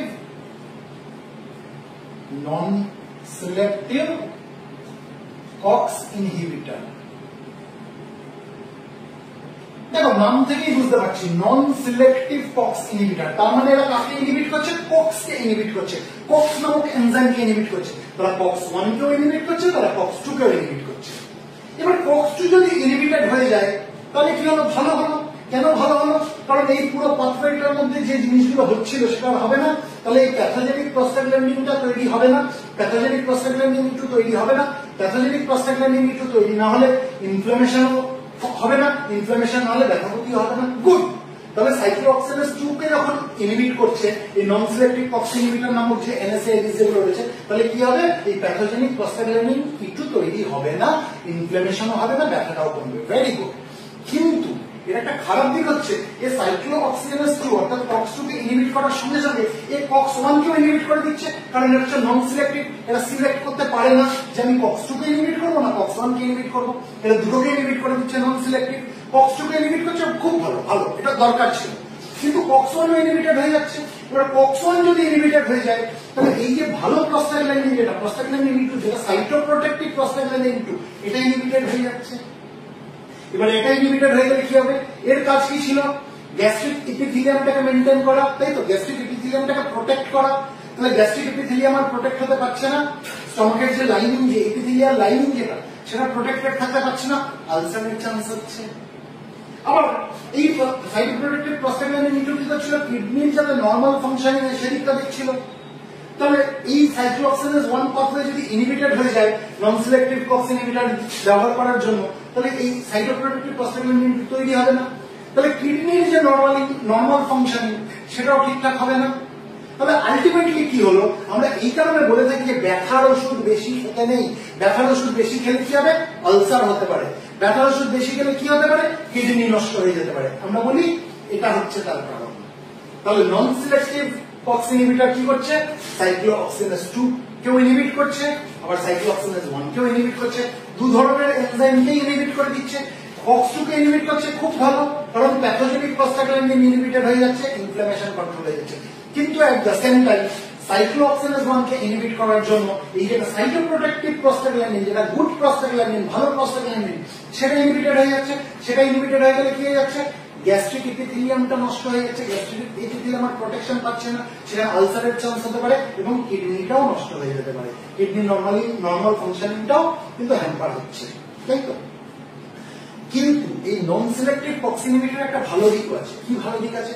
যখন এরা সাইক্লোঅক্সিনেজ 2 কে ইনহিবিট করছে, এটা তো খুবই ভালো, ইনফ্লামেশন কন্ট্রোল হয়ে গেল। কিন্তু যখন এটা সাইক্লোঅক্সিনেজ 1 কে ইনহিবিট করছে, তখন এই যে থ্রম্বোক্সিনেটি, যেটা ডেঞ্জারাস জিনিস তৈরি হচ্ছিল, যেটা হচ্ছে পোটেন্ট ভ্যাসোকনস্ট্রিক্টর, ব্লাড ভেসেলকে কনস্ট্রিক্ট করে দিচ্ছে, যেটার কারণে থ্রম্বাস তৈরি হচ্ছে, ব্লাড ক্লট তৈরি হচ্ছে ব্লাড ভেসেলস এর মধ্যে, সেটাও তো ইনহিবিটেড হয়ে যাচ্ছে। থ্রম্বোক্সিনেটিও তো তৈরি হতে পারবে না, তাই তো? তার মানে হার্টের সমস্যা কিন্তু সেরকম একটা কিছু হবে না। এটা কি কার্ডিওভাস্কুলার কমপ্লিকেশন তৈরি করছিল থ্রম্বোক্সিনেটি? সেই কার্ডিওভাস্কুলার কমপ্লিকেশনটা কিন্তু তৈরি হওয়ার চান্সেসটা অনেক কমে গেল নন সিলেক্টিভ কক্স ইনহিবিটর ব্যবহার করার জন্য। বোঝাতে পারলাম? এবার দ্বিতীয় টাইপের NSAID আছে। একটা টাইপের আমরা কি জানলাম? NSAID কি হয়? Non selective Cox inhibitor, NSAIDs, non steroidal anti inflammatory drugs. একটা টাইপ জানলাম নন সিলেক্টিভ কক্স ইনহিবিটর। এবার হচ্ছে সেকেন্ড টাইপ হচ্ছে সিলেক্টিভ কক্স 2 ইনহিবিটর। 2 নম্বর হচ্ছে সিলেক্টিভ কক্স 2 ইনহিবিটরস। নাম থেকেই বুঝতে পারছি সিলেক্টিভ কক্স 2 ইনহিবিটরস, তার মানে এরা কি করছে? এরা কক্স 2 কে সিলেক্ট করে ইনহিবিট করছে। এরা ম্যাক্সিমাম কক্স 2 কে ইনহিবিট করে দিচ্ছে, খুব সামান্য মিনিমাম হয়তো কক্স 1 ইনহিবিটেড হচ্ছে, কিন্তু এরা কি করছে? কক্স 2 কেই প্রধানত ইনহিবিট করছে। এরা সিলেক্টিভ কক্স 2 ইনহিবিটর, এরা সিলেক্ট করে কক্স 2 কে ইনহিবিট করছে। তাহলে কি হলো? যখন সিলেক্ট করে কক্স 2 কে ইনহিবিট করছে, কক্স 1 সেরকম ইনহিবিটেড হচ্ছে না, কক্স 2 প্রচুর ইনহিবিটেড হয়ে যাচ্ছে। তাহলে এই যে প্যাথোজেনিক প্রস্টাগ্ল্যান্ডিন, যেটা প্রস্টাগ্ল্যান্ডিন E2, এটা তৈরি হচ্ছে না, তাহলে ইনফ্লামেশন কন্ট্রোল হয়ে যাচ্ছে। ইনফ্লামেশন কন্ট্রোল হলে ব্যথাও কমে যাচ্ছে, এটা খুব ভালো দিক, তাই তো? আবার এই কক্স 1 যেহেতু সেইভাবে ইনহিবিটেড হচ্ছে না, তাহলে যেটা সাইটোপ্রোটেক্টিভ প্রস্টাগ্ল্যান্ডিন ছিল, ঠিক আছে, এটা ভালো প্রস্টাগ্ল্যান্ডিন, গুড প্রস্টাগ্ল্যান্ডিন, সেটা ইনহিবিটেড হচ্ছে না। তাহলে গ্যাস্ট্রিক এপিথেলিয়ামের যে লাইনিংটা, সেটা প্রোটেক্টেড থাকছে, তাহলে আলসার হওয়ার চান্সেস সেরকম হচ্ছে না, কমে যাচ্ছে। এই সাইটোপ্রোটেক্টিভ প্রস্টাগ্ল্যান্ডিন ইনহিবিটেড হচ্ছে না, যেহেতু কক্স 1 পাথওয়েটা ইনহিবিটেড হচ্ছে না, কারণ কক্স 1 কে সে ইনহিবিট করছে না। সাইক্লোঅক্সিনেজ 1 নামক এনজাইমকে ইনহিবিট করছে না সেইভাবে, তাহলে প্রস্টাগ্ল্যান্ডিন E2 সাইটোপ্রোটেক্টিভ প্রস্টাগ্ল্যান্ডিন E2 তৈরি হতে পারছে, তাহলে আমাদের আলসারের চান্স অনেক কমে গেল, পাশাপাশি কিডনির যে নরমাল ফাংশনিং সেটাও কিন্তু মেইনটেইন থাকলো, তাই তো? তাহলে এই অবস্থায় কি মনে হচ্ছে যে নন সিলেক্টিভ কক্স ইনহিবিটরের থেকে সিলেক্টিভ কক্স ইনহিবিটর কিন্তু অনেক ভালো, তাই না? সাইড এফেক্ট অনেক কম, এটা মনে হচ্ছে তো। কিন্তু there is a twist in the story, এবার গল্পে একটা টুইস্ট আছে। কি টুইস্ট আছে? সিলেক্টিভ কক্স2 ইনহিবিটর, এটা কক্স2 কেই খালি ইনহিবিট করছে, অর্থাৎ সাইক্লোঅক্সিনেজ 2 এনজাইমটাকে ইনহিবিট করছে সিলেক্ট করে, কক্স1কে খুব সামান্য ইনহিবিট করছে, নেগলিজেবল, মিনিমাম।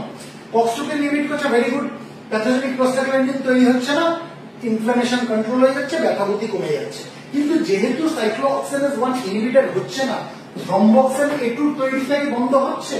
হচ্ছে না।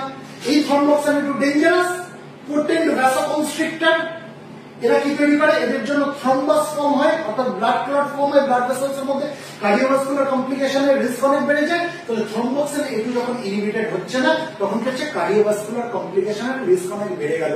সেই জন্য সিলেক্টিভ কক্স2 ইনহিবিটর, এর তো বিভিন্ন রকমের সিলেক্টিভ কক্স2 ইনহিবিটর থাকে, যেমন ইটোডিকক্সিব, সব কক্সিবস হচ্ছে সিলেক্টিভ কক্স2 ইনহিবিটর, ইটোডিকক্সিব, রফিকক্সিব, ভ্যান্ডিকক্সিব। এই যে রফিকক্সিব, ভ্যান্ডিকক্সিব, এগুলো আজকে কিন্তু মার্কেট থেকে উইথড্র করে নেওয়া হয়েছে because of their side effect, কারণ এরা এই থ্রম্বোক্সিন A2 যে তৈরি হচ্ছে প্রোডাকশন, সেটাকে কিন্তু কমাতে পারছে না, তাই এদের কার্ডিওভাস্কুলার কমপ্লিকেশন কিন্তু রিস্কটা অনেক বেড়ে গেল। তাহলে উপায় কি? নন সিলেক্টিভ ইনহিবিটরস দিলে গ্যাস্ট্রিক প্রবলেম হতে পারে, আলসার হতে পারে, গ্যাস্ট্রিক এপিথেলিয়াম নষ্ট হয়ে যেতে পারে। নন সিলেক্টিভ কক্স ইনহিবিটর বেশি দিন দিলে কিডনি নষ্ট হয়ে যেতে পারে। সিলেক্টিভ কক্স ইনহিবিটর দিলে কার্ডিওভাস্কুলার কমপ্লিকেশন হতে পারে। তাহলে উপায় কি? উপায় হচ্ছে এদের দুজনের মাঝামাঝি কোনো একটা জায়গায় এসে দাঁড়াতে হবে, তাহলে আরেকটু ভালো হতে পারে। সেটাকে বলা হয় preferential Cox inhibitor. Preferential Cox inhibitor, preferential COX two inhibitor, inhibitors. Preferential COX two inhibitors যেগুলো রয়েছে, নাম থেকেই বুঝতে পারছি প্রেফারেন্সিয়াল কক্স2 ইনহিবিটর, এরা কক্স2 নামক এনজাইমকে প্রেফার করে ইনহিবিট করে। হ্যাঁ, কক্স1 কেও করে, কিন্তু কক্স2 কে বেশি বেশি করে, কক্স1 কে কম কম ইনহিবিট করে। প্রেফারেন্সিয়াল কক্স2 ইনহিবিটর কি করছে? কক্স2 কে বেশি বেশি ইনহিবিট করছে, কক্স1 কে কম কম ইনহিবিট করছে, সেই জন্য এটা বলা হচ্ছে প্রেফারেন্সিয়াল কক্স2 ইনহিবিটর। এবার কক্স2 যখন বেশি বেশি ইনহিবিটেড হয়ে যাচ্ছে, তাহলে প্যাথোজেনিক প্রস্টাগ্ল্যান্ডিনের যে প্রোডাকশন সেটা কমে গেল, তাহলে ইনফ্লামেশন কন্ট্রোল হলো, ইনফ্লামেশন কন্ট্রোল হলে ব্যথাভূতি কমলো, ভেরি গুড। এবার যখন কম কম সাইক্লোঅক্সিনেজ 1 নামক এনজাইম ইনহিবিটেড হচ্ছে, তাহলে কি হবে? এই যে সাইটোপ্রোটেক্টিভ প্রস্টাগ্ল্যান্ডিন যেটা আমি বললাম, এটা কি হবে? এটা তাহলে কম কম ইনহিবিটেড হবে। কম কম ইনহিবিটেড হলে কি হবে? গ্যাস্ট্রিক এপিথেলিয়াম যেটা রয়েছে সেটা কম কম নষ্ট হবে, আলসারের কম কম চান্সেস রয়েছে। যেহেতু কক্স1 কে কম ইনহিবিট করছে, তাহলে সাইটোপ্রোটেক্টিভ প্রস্টাগ্ল্যান্ডিন E2 তৈরিটা অতটাও কমছে না, তাই তো? তাহলে সাইক্লোঅক্সিনেজ 1 তো কম ইনহিবিটেড হচ্ছে, তাহলে যেটা সাইটোপ্রোটেক্টিভ প্রস্টাগ্ল্যান্ডিন এর প্রোডাকশনটা অতটাও কমছে না, তাহলে কিডনির যে নরমাল ফাংশন, কিডনিটা কম কম ক্ষতি হবে, তাই তো? আলসারের চান্স কমে গেল, তাই না? কিডনির ফাংশন যে নষ্ট হয়ে যাচ্ছিল সেটাও কমে গেল, সেই চান্সটাও কমে গেল। এট দ্য সেম টাইম যেহেতু এই সাইক্লোঅক্সিনেজ 1 এনজাইম ইনহিবিটেড হয়ে যাচ্ছে, মানে কিছুটা ইনহিবিটেড হচ্ছে, তাহলে কিছুটা থ্রম্বোক্সিন একটু কম তৈরি হবে, তাই তো? তাহলে থ্রম্বোক্সিন একটু যদি কম তৈরি হয়, তাহলে কার্ডিওভাস্কুলার কমপ্লিকেশনের মানে রিস্ক অফ কার্ডিওভাস্কুলার কমপ্লিকেশনও কিন্তু অনেকটা কমে গেল। বোঝাতে পারলাম? তাহলে প্রেফারেন্সিয়াল কক্স ইনহিবিটর কিন্তু comparatively safe as compare to non selective Cox inhibitor, as compare to selective cox inhibitors. বোঝাতে পারলাম? নন সিলেক্টিভ কক্স ইনহিবিটর নিলে কি হচ্ছে? ব্যথা কমছে, এট দ্য সেম টাইম স্টমাকের গ্যাস্ট্রিক এপিথেলিয়াম যেটা রয়েছে, স্টমাকের যে এপিথেলিয়াল লাইন যেটা রয়েছে সেটা নষ্ট হয়ে যাচ্ছে, তাই আলসারেশন হতে পারে, কারণ এটা ইনহিবিটেড হয়ে যাচ্ছে, তাই তো? সাইটোপ্রোটেক্টিভ প্রস্টাগ্ল্যান্ডিন ইনহিবিটেড হয়ে যাচ্ছে। এট দ্য সেম টাইম কি হচ্ছে? কিডনির যে ফাংশনিং সেটাও নষ্ট হয়ে যেতে পারে বেশি দিন খেলে, কারণ এই সাইটোপ্রোটেক্টিভ প্রস্টাগ্ল্যান্ডিনটা নষ্ট হয়ে যাচ্ছে, তাই তো? সিলেক্টিভ কক্স ইনহিবিটর ব্যবহার করলে কি হচ্ছে? ব্যথা কমছে, খুব ভালো, কিন্তু তার পাশাপাশি কি হচ্ছে? থ্রম্বোক্সিন A2 নামক যে ডেঞ্জারাস জিনিসটা তৈরি ছিল তার প্রোডাকশনটা কমছে না, তাই কার্ডিওভাস্কুলার কমপ্লিকেশনের রিস্ক বেড়ে যাচ্ছে, তাই তো? কিন্তু প্রেফারেন্সিয়াল কক্স ইনহিবিটর এদের দুজনের মাঝামাঝি কোনো একটা জায়গায় রয়েছে। প্রেফারেন্সিয়াল কক্স ইনহিবিটর হচ্ছে বেশি বেশি কক্স2 কে ইনহিবিট করছে, সাইক্লোঅক্সিনেজ 2 কে বেশি বেশি ইনহিবিট করছে, সেই জন্য প্যাথোজেনিক প্রস্টাগ্ল্যান্ডিন প্রোডাকশনটা কমে যাচ্ছে, ইনফ্লামেশন কন্ট্রোল হচ্ছে, ব্যথাবুদ্ধি কমে গেল। এট the same time prostaglandin E2 যেটা সাইটোপ্রোটেক্টিভ প্রস্টাগ্ল্যান্ডিন, গুড প্রস্টাগ্ল্যান্ডিন, তাকে সামান্য কিছুটা ইনহিবিট করছে, খুব বেশি ইনহিবিট করছে না, যেহেতু সাইক্লোঅক্সিনেজ 1 এর উপর তার সামান্য রোল আছে, খুব বেশি রোল নেই। সাইক্লোঅক্সিনেজ 1 কে খুব বেশি সে ইনহিবিট করছে না, তাই সাইটোপ্রোটেক্টিভ প্রস্টাগ্ল্যান্ডিনের প্রোডাকশনটা খুব বেশি হ্যাম্পার হচ্ছে না। তাই তুলনামূলক এটা কিন্তু মানে ওই গ্যাস্ট্রিক এপিথেলিয়ামের ড্যামেজটা তুলনামূলক মানে কম করবে, কিডনির উপরেও খারাপ প্রভাবটা তুলনামূলক কম দেখাবে। এট দ্য সেম টাইম থ্রম্বোক্সিন এটুর প্রোডাকশনটাও কিছুটা কমিয়ে দিচ্ছে, তাই কার্ডিওভাস্কুলার কমপ্লিকেশনের চান্সটাও কিন্তু অনেকটা কমে গেল, খানিকটা কমে গেল, অনেকটা বলা ভুল, খানিকটা কমে গেল। ঠিক আছে, তাহলে আমরা 3 ধরনের NSAID আমরা শিখে গেলাম। একটা টাইপকে বলা হয় নন সিলেক্টিভ কক্স ইনহিবিটরস, যেটা সিলেক্ট করতে পারছে না কোন কাকে ইনহিবিট করবে, কক্স 1 কেও ইনহিবিট করছে, কক্স 2 কেও ইনহিবিট করছে। আরেক ধরনের যেমন সিলেক্টিভ কক্স ইনহিবিটরস, এরা কি করছে, এরা সিলেক্ট করে কক্স 2 কে ইনহিবিট করছে, ম্যাক্সিমাম কক্স ইনহিবিটর হয়ে যাচ্ছে, সামান্য কিছু হয়তো কক্স 1 ইনহিবিটর হচ্ছে। আর প্রেফারেন্সিয়াল কক্স ইনহিবিটর মানে কি, এরা প্রেফার করে কক্স 2 কে ইনহিবিট করছে, সামান্য কিছু কক্স 1 কেও তারা ইনহিবিট করছে, মানে এদের দুজনের মাঝামাঝি কোন একটা জায়গা হচ্ছে প্রেফারেন্সিয়াল কক্স ইনহিবিটর। এবার আমরা এদের এক্সাম্পল গুলো দেখি। এটা তাহলে মুছছি আমি, এটা স্ক্রিনশট নেওয়া থাকলে নিয়ে নাও।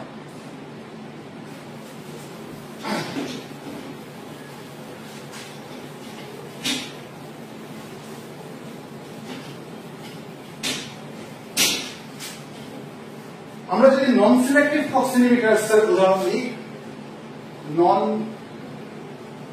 সিলেক্টিভ কক্স ইনহিবিটরস অর্থাৎ যারা কক্স 1 এবং কক্স 2 দুটোকেই যারা ইনহিবিট করছে, তার এক্সাম্পল হচ্ছে indomethacin, naproxen, ibuprofen, diclofenac. Indomethacin, naproxen, ibuprofen, diclofenac, এগুলো হচ্ছে কয়েকটা এক্সাম্পল হচ্ছে নন সিলেক্টিভ কক্স ইনহিবিটরস এর। এবার আমরা যদি সিলেক্টিভ কক্স ইনহিবিটর দেখি, সিলেক্টিভ কক্স ইনহিবিটর তার যদি এক্সাম্পল দেখি, সিলেক্টিভ কক্স 2 ইনহিবিটরস, যত কক্সিবস আছে সব হচ্ছে সিলেক্টিভ কক্স 2 ইনহিবিটর। যেমন আমরা যদি উদাহরণ দিতে হয় ইটোরিকক্সিব,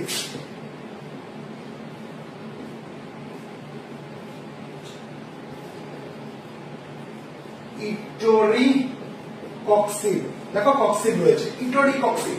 যদি উদাহরণ দিতে হয় রফিকক্সিব, আমি আগেও বলেছি এই রফিকক্সিব কিন্তু মার্কেট থেকে উইথড্র করে নেওয়া হয়েছে, কোন সালে, 2004-এ এই রফিকক্সিবকে মার্কেট থেকে উইথড্র করে নেওয়া হয়েছে, আর রফিকক্সিব বাজারে পাওয়া যায় না। আর যদি আমরা উদাহরণ দিতে হয় সেটা হচ্ছে ভ্যালডিকক্সিব, এই ভ্যালডিকক্সিবও কিন্তু মার্কেট থেকে উইথড্র হয়ে গেছে। ভ্যালডিকক্সিব, এই ভ্যালডিকক্সিব কি রফিকক্সিবের পরের বছরই উইথড্র হয়েছে, 2005-এ উইথড্র হয়ে গেছে মার্কেট থেকে। ঠিক আছে, এগুলো হচ্ছে সিলেক্টিভ কক্স 2 ইনহিবিটরস এর উদাহরণ। এবার যদি প্রেফারেন্সিয়াল কক্স 2 ইনহিবিটরের উদাহরণ দিতে হয়,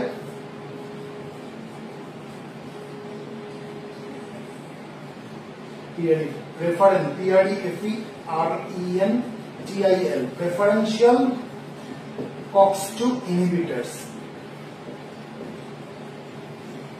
তাহলে এর মধ্যে কি কি পড়ে, এর মধ্যে পড়ছে অ্যাসিক্লোফেনাক, এর মধ্যে পড়ে অ্যাসিক্লোফেনাক,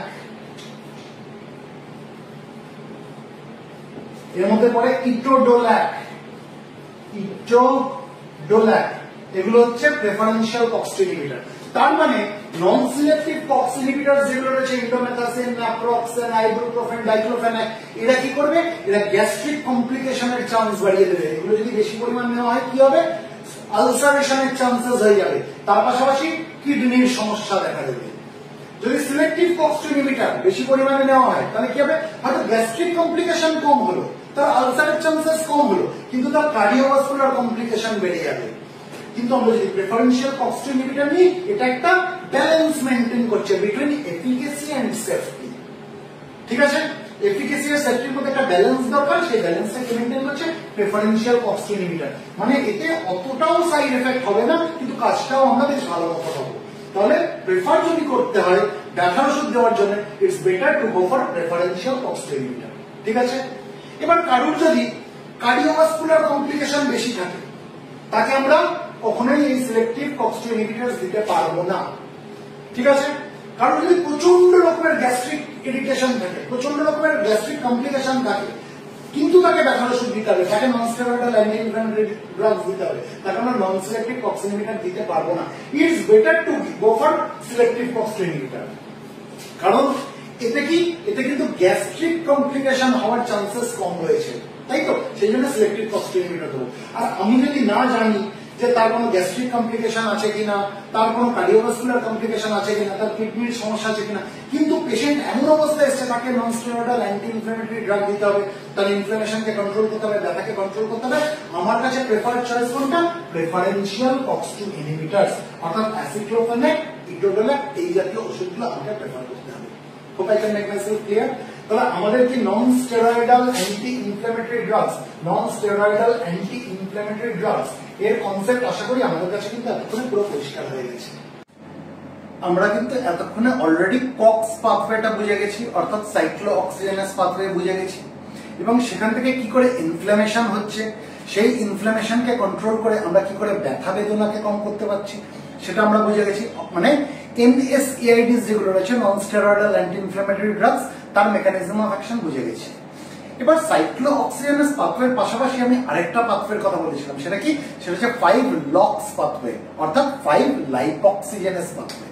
তাহলে সেটা এবার একটু আলোচনা করা যাক, কারণ সেখান দিয়েও কিন্তু আমরা দেখব যে সেই পাথওয়েতেও আমরা হাইপার অ্যালজেসিয়া দেখতে পাবো, মানে ইনক্রিজড সেন্সিটিভিটি টু পেন আমরা দেখতে পাবো। কি বললাম? হাইপার অ্যালজেসিয়া, এই কথাটা মানে কি? Increased sensitivity to pain. এই পাথওয়েতে শুধু আমরা যে হাইপার অ্যালজেসিয়া দেখতে পাই তা কিন্তু না, এই পাথওয়েতে আমরা ব্রঙ্কিয়াল টিউবস এর মধ্যে ইনফ্লামেশন হতে দেখতে পাই। ঠিক আছে, যেহেতু ব্রঙ্কিয়াল টিউবস এর মধ্যে ইনফ্লামেশন হয়ে যায়, তাহলে কি হবে? ব্রঙ্কিয়াল টিউবস গুলো তার লিউমেনের ভেতরটা ছোট হয়ে যাবে, কারণ ভেতর দিকের ওয়ালটা ফুলছে। তাহলে মানে কি বলবো, ব্রঙ্কিয়াল টিউব যেটা, তার ভেতরের এই হাওয়া চলাচলের জায়গাটা কম পড়ে যাবে, তাই তো? যেহেতু এখানে ইনফ্লেমড হয়ে গেছে মানে প্যাসেজটা, তার জন্য কি হবে? যে হাওয়া চলাচলে তো অসুবিধা হবে, যেটা আমরা অ্যাজমায় দেখতে পাই। আমরা পুরো জিনিসটাই আমরা পড়বো। আজকে বেশি আমি অ্যাজমার দিকে যাব না, আজকে আমি যেখানে আমি পেনের সেন্সিটিভিটি নিয়ে কথা বলছি আমি সেটা নিয়ে আলোচনা করব। কারণ এই অ্যাজমার দিকে যে মানে পাথওয়েটা, সেটা আমরা অন্য কোনো একটা দিন আলোচনা করব। ঠিক আছে, তাহলে এর জন্য যে রেসপন্সিবল এই যে 5-লাইপোক্সিজেনাস পাথওয়েতে, সেটাকে বলে লিউকোট্রাইন। এবার লিউকোট্রাইন জিনিসটা কি? লিউকোট্রাইন, অনেকে ভুল করে লিউকোট্রিন বলে, আমরা কিন্তু লিউকোট্রিন বলবো না, আমরা কি বলবো? লিউকোট্রাইন। তার কারণ আছে। লিউকোট্রাইন, এখানে আমরা দুটো শব্দ পাচ্ছি, একটা হচ্ছে লিউকো, একটা হচ্ছে ট্রাইন। লিউকো কথাটা কোথেকে এসছে? লিউকো কথাটা এসছে লিউকোসাইট থেকে। লিউকোসাইট মানে হোয়াইট ব্লাড কর্পাসেলস বা হোয়াইট ব্লাড সেলস, যেটাকে আমরা ছোট করে WBC বলতে পারি। কেন এখানে এই লিউকো কথাটা এসছে? কারণ এই লিউকোট্রাইন কিসের থেকে তৈরি হয়? WBC থেকে তৈরি হয়, অর্থাৎ লিউকোসাইট থেকে তৈরি হয়। তাই এই শব্দটার মধ্যে লিউকো কথাটা আছে। আর পরের কথাটা কি বললাম? ট্রাইন। ট্রাই মানে কি? 3। ডাই মানে যেমন দুটো, ট্রাই মানে 3। তার মানে 3খানা কি রয়েছে? ইন রয়েছে। ইন, আমরা ইন মানে জানি, আমরা যখন ছোটবেলায় অর্গানিক কেমিস্ট্রি পড়েছিলাম, আমরা পড়েছিলাম না এন মানে হচ্ছে সিঙ্গেল বন্ড, ইন মানে হচ্ছে ডবল বন্ড, আর আইন মানে হচ্ছে ট্রিপল বন্ড। তাহলে ইন মানে কি? Double bond. তার মানে লিউকোট্রাইনের আমরা যদি কেমিক্যাল স্ট্রাকচার দেখি, এখানে আমরা কি দেখবো? যে এখানে আমরা 3খানা কনজিকিউটিভ ডবল বন্ড দেখতে পাবো। এখানে 3খানা কি রয়েছে? কনজিকিউটিভ ডবল বন্ডস আছে। সেই জন্য এই জিনিসটার নাম হচ্ছে লিউকোট্রাইন। লিউকোট্রাইন, আমরা লিউকোট্রিন বলবো না, যারা বলি তারা ভুল বলি। আর এই লিউকোট্রাইনের প্রভাবেই আমরা দেখতে পাবো কি? ব্রঙ্কিয়াল টিউবস এর মধ্যে ইনফ্লামেশন হয়, তার জন্য ব্রঙ্কিয়াল টিউবস এর যে লিউমেনটা সেটা ছোট হয়ে যায়, তাই হাওয়া চলাচলে তো অসুবিধা হয়, একটা পার্ট। আরেকটা কি দেখবো? Because of the presence of this leukotriene, সেখানে আমরা হাইপার অ্যালজেসিয়া দেখতে পাবো, অর্থাৎ ইনক্রিজ সেন্সিটিভিটি টু পেন দেখতে পাবো। কারণ লিউকোট্রাইনের প্রভাবে কি হয় আমরা পরে ডিটেইলসে পড়বো। এই লিউকোট্রাইন কি করে? এক প্রকার লিউকোট্রাইন আছে যেগুলোকে বলে নন সিস্টেনিক লিউকোট্রাইন, অর্থাৎ লিউকোট্রাইন বিফোর। আমরা পরে আলোচনা করবো, ডিটেইলসে আলোচনা করবো। এখন হালকা করে বলে দিই, এই লিউকোট্রাইন বিফোর কি করে? এরা প্রো ইনফ্লেমেটরি সাইটোকাইন্সকে স্টিমুলেট করে, তার প্রোডাকশনকে স্টিমুলেট করে। এই লিউকোট্রাইন নিজে তো এক প্রকার প্রো ইনফ্লেমেটরি মিডিয়েটর, তার পাশাপাশি কি করে এরা প্রো ইনফ্লেমেটরি সাইটোকাইন্সের প্রোডাকশনকে স্টিমুলেট করে।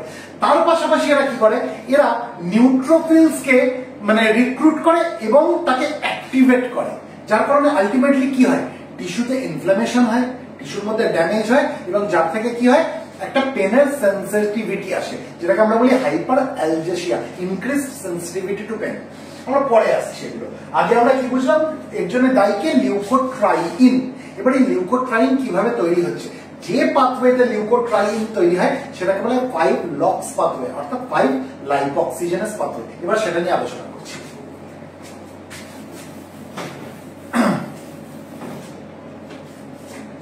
এই পাথওয়েতে কিন্তু নন স্টেরয়েডাল অ্যান্টি ইনফ্ল্যামেটরি ড্রাগস এর কোনো রোল নেই।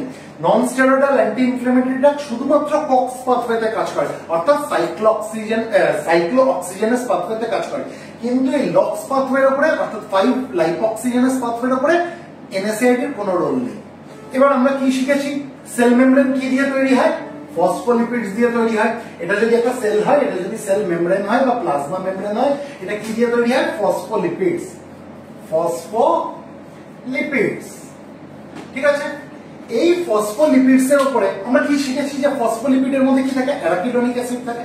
তাহলে এই ফসফোলিপিডের উপরে যদি ফসফোলাইপেজ A2 নামক এনজাইম প্রভাব ফেলে, বা আরো স্পেসিফিক্যালি যদি বলতে হয় যেটাকে আমরা বলি cytosolic phospholipase A2 alpha, cytosolic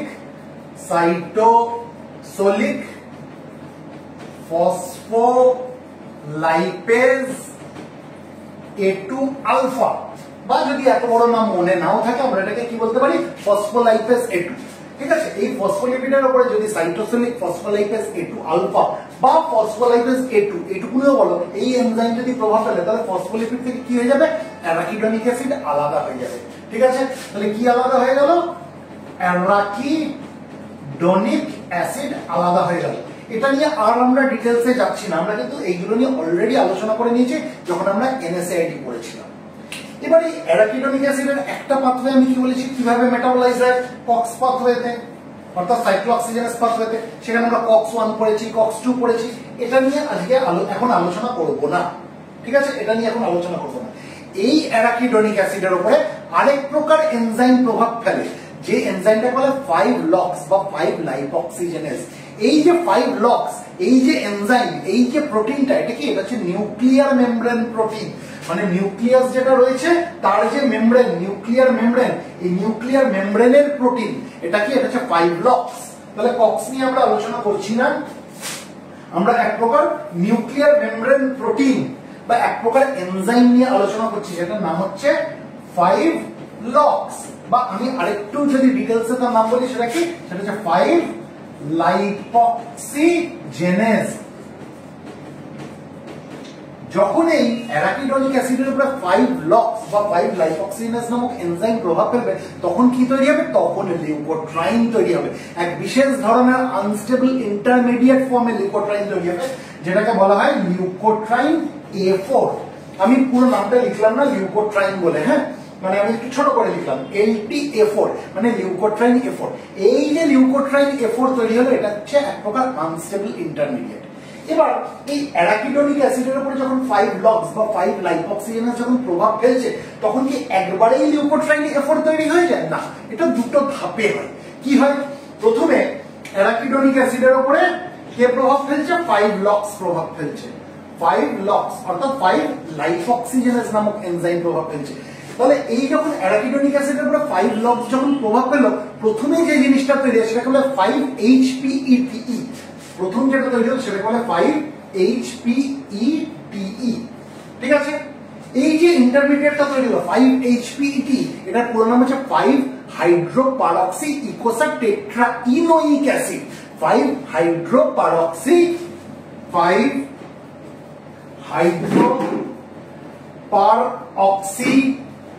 ইকোসা টেট্রাইনোইক acid.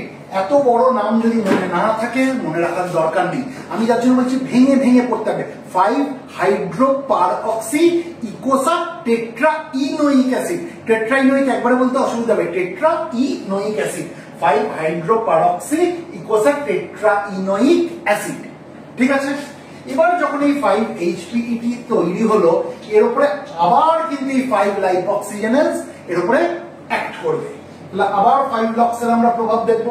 এবং এখন যেটা তৈরি হবে সেটা হচ্ছে লিউকোট্রাইন F4, মানে এই জিনিসটা এবার ফাইনালি তৈরি হলো। তাহলে আমরা কি দেখলাম যে অ্যারাকিডোনিক অ্যাসিডের উপরে যখন 5 লক্স প্রভাব ফেললো তখন লিউকোট্রাইন A4 তৈরি হলো। কিন্তু এটা কিন্তু সিঙ্গেল স্টেপে হলো না, দুটো স্টেপে হলো। তার মানে এর মাঝখানে আরেক প্রকার ইন্টারমিডিয়েট রয়েছে, সেটার নাম কি? সেটার নাম হচ্ছে 5-HPET, অর্থাৎ 5 হাইড্রোপারঅক্সি ইকোসা টেট্রাইনোইক অ্যাসিড।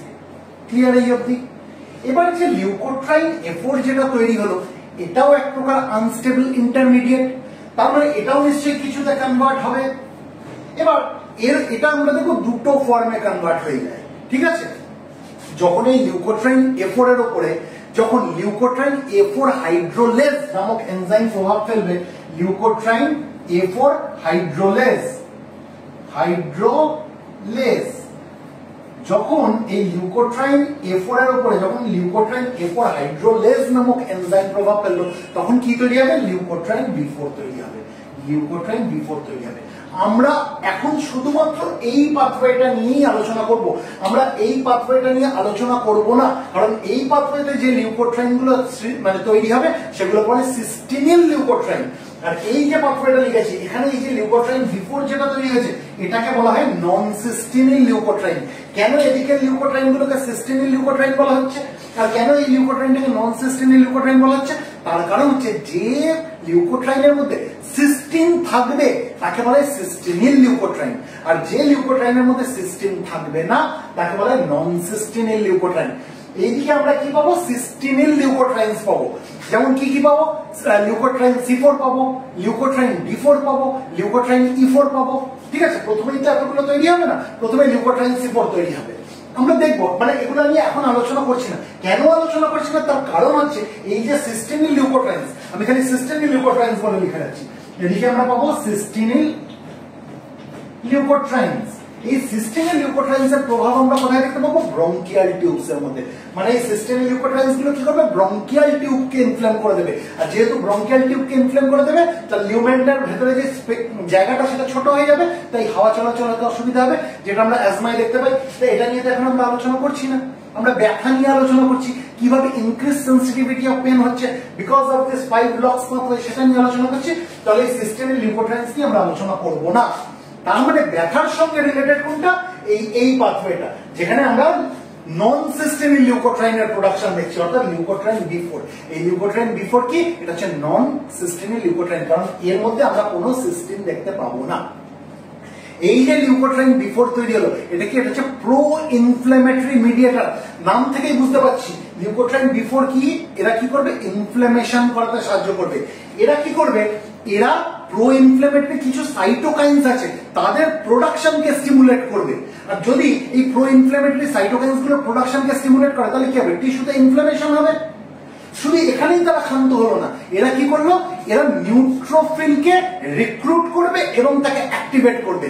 এবার যখন এরা এই নিউট্রোফিলকে রিক্রুট করবে এবং তাকে অ্যাক্টিভেট করবে, তাহলে এই নিউট্রোফিল রিলেটেড টিস্যু ড্যামেজ হবে। তাহলে আলটিমেটলি যেটা হবে, একটা ব্যথার সেন্সেশন হবে, একটা ব্যথা মানে ইনক্রিজড সেন্সেশন হবে ব্যথার, যেটাকে আমরা কি বলছি? Hyper algesia. ঠিক আছে, তাহলে হাইপার অ্যালজেসিয়া কিসের জন্য হচ্ছে? Because of leukotriene B4।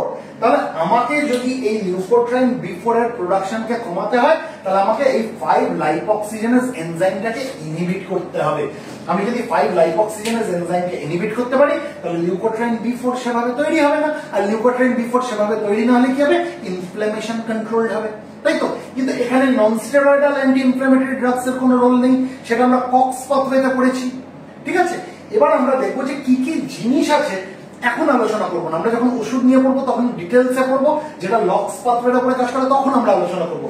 তারা কি করবে? তারা এই 5 লক্স অর্থাৎ 5 লাইপোক্সিজেনেজ এই পাথওয়েটাকে ইনহিবিট করে দেবে। ইনহিবিট করে দিলে কি হবে? তাহলে এই লিউকোট্রাইন B4 তৈরি হবে না, ব্যথা গতির সেন্সেশন আমাদের কম হবে। ঠিক আছে? আচ্ছা, এবার এই লিউকোট্রাইন B4 এর রিসেপ্টর কি? BLT1 রিসেপ্টর আর BLT2 রিসেপ্টর। BLT1 রিসেপ্টর আর একটা হচ্ছে BLT2 রিসেপ্টর, ঠিক আছে? অর্থাৎ B4 লিউকোট্রাইনের 1 নম্বর রিসেপ্টর আর B4 লিউকোট্রাইনের 2 নম্বর রিসেপ্টর, এর সঙ্গে এসে লিউকোট্রাইন B4 বাইন্ড করবে, ঠিক আছে? আচ্ছা, আর যদি এই 5 লক্স পাথওয়ে ইনহিবিট হয়, এই পাশের যে সিস্টেমে লিউকোট্রাইন যেগুলো তৈরি হচ্ছিল, যেমন leukotriene C4, leukotriene D4, leukotriene E4, leukotriene C4, leukotriene D4, leukotriene E4, এগুলো সিস্টেমে লিউকোট্রাইন, এগুলোও তৈরি হবে না। তার মানে যার অ্যাজমা রয়েছে এবং সেই অ্যাজমার একটা কারণ, সেই অ্যাজমার মানে প্রবলেমটা একটা কারণ হচ্ছে এই ব্রঙ্কিয়াল টিউবস গুলোর মধ্যে হাওয়া চলাচল তো অসুবিধা হচ্ছে because of the inflammation in bronchial tubes, তাহলে তাদেরকেও এমন কোন ওষুধ দিতে হবে যেটা 5 লক্স কে ইনহিবিট করবে। তাহলে 5 লক্স যদি ইনহিবিটেড হয়, তাহলে এই সিস্টেমের লিউকোট্রাইনস গুলো ইনহিবিটেড হয়ে যাবে, মানে এই সিস্টেমের লিউকোট্রাইনস এর প্রোডাকশন গুলো কমে যাবে। তাহলে কি হবে? ব্রঙ্কিয়াল টিউবস এর মধ্যে ইনফ্লামেশনটাও কন্ট্রোল হবে। কিন্তু এটা নিয়ে আজকে আলোচনা আমরা করবো না, এটা নিয়ে আমরা যখন মন্টেলিউকাস নিয়ে পড়াশোনা করবো তখন আলোচনা করব, ঠিক আছে? আপাতত আমরা কি জানলাম? ব্যথার জন্য যে মেইন যে পাথওয়ে সেটা হচ্ছে কক্স পাথওয়ে, অর্থাৎ সাইক্লোঅক্সিজেনেস পাথওয়ে, সেটা আমরা অলরেডি আলোচনা করে নিয়েছি। কক্স2 যেটা বাজে ধরনের যে প্রস্টাগ্ল্যান্ডিন, যেটা প্যাথোজেনিক প্রস্টাগ্ল্যান্ডিন সেগুলো তৈরি করে, তাহলে সেই বাজে ধরনের প্রস্টাগ্ল্যান্ডিন, সেই প্যাথোজেনিক প্রস্টাগ্ল্যান্ডিন তার প্রোডাকশনকে কমাতে হবে, কারণ ওখানে যত ইনফ্লামেশন বাড়বে তত ব্যথা বাড়বে। সেটা আমরা নন স্টেরয়েডাল অ্যান্টি ইনফ্লামেটরি ড্রাগসে করে নিয়েছি। কিন্তু এখন আমরা কি জানলাম? এই 5 লক্স পাথওয়েতে কি হচ্ছে? লিউকোট্রাইন B4 এর প্রোডাকশন হচ্ছে, আর এই লিউকোট্রাইন B4 এর যত বেশি প্রোডাকশন হবে তত কি হবে? There will be increased sensitivity to pain, যেটাকে আমরা বলছি হাইপার অ্যালজেসিয়া। তাহলে আমরা যদি হাইপার অ্যালজেসিয়াকে কন্ট্রোল করতে হয়, আমাকে 5 লক্স পাথওয়েকে ইনহিবিট করতে হবে। এমন কোন ওষুধ আমাকে নিতে হবে বা এমন কিছু জিনিস আমাকে সাপ্লিমেন্ট নিতে হবে যেটা নাকি এই 5 লক্স পাথওয়েটাকে ইনহিবিট করতে পারে। এই অবধি বোঝাতে পারলাম? এবার কি নিলে এই 5 লক্স পাথওয়ে ইনহিবিট হয় সেটা আমরা পরের দিন আলোচনা করবো। আজকে অনেকটা আমাদের আলোচনা হয়ে গেছে। এই অবধি আমাদের কাছে পরিষ্কার? পুরো জিনিসটা আমাদের কাছে ক্লিয়ার হয়েছে? তাহলে এখানে শেষ করছি আমি।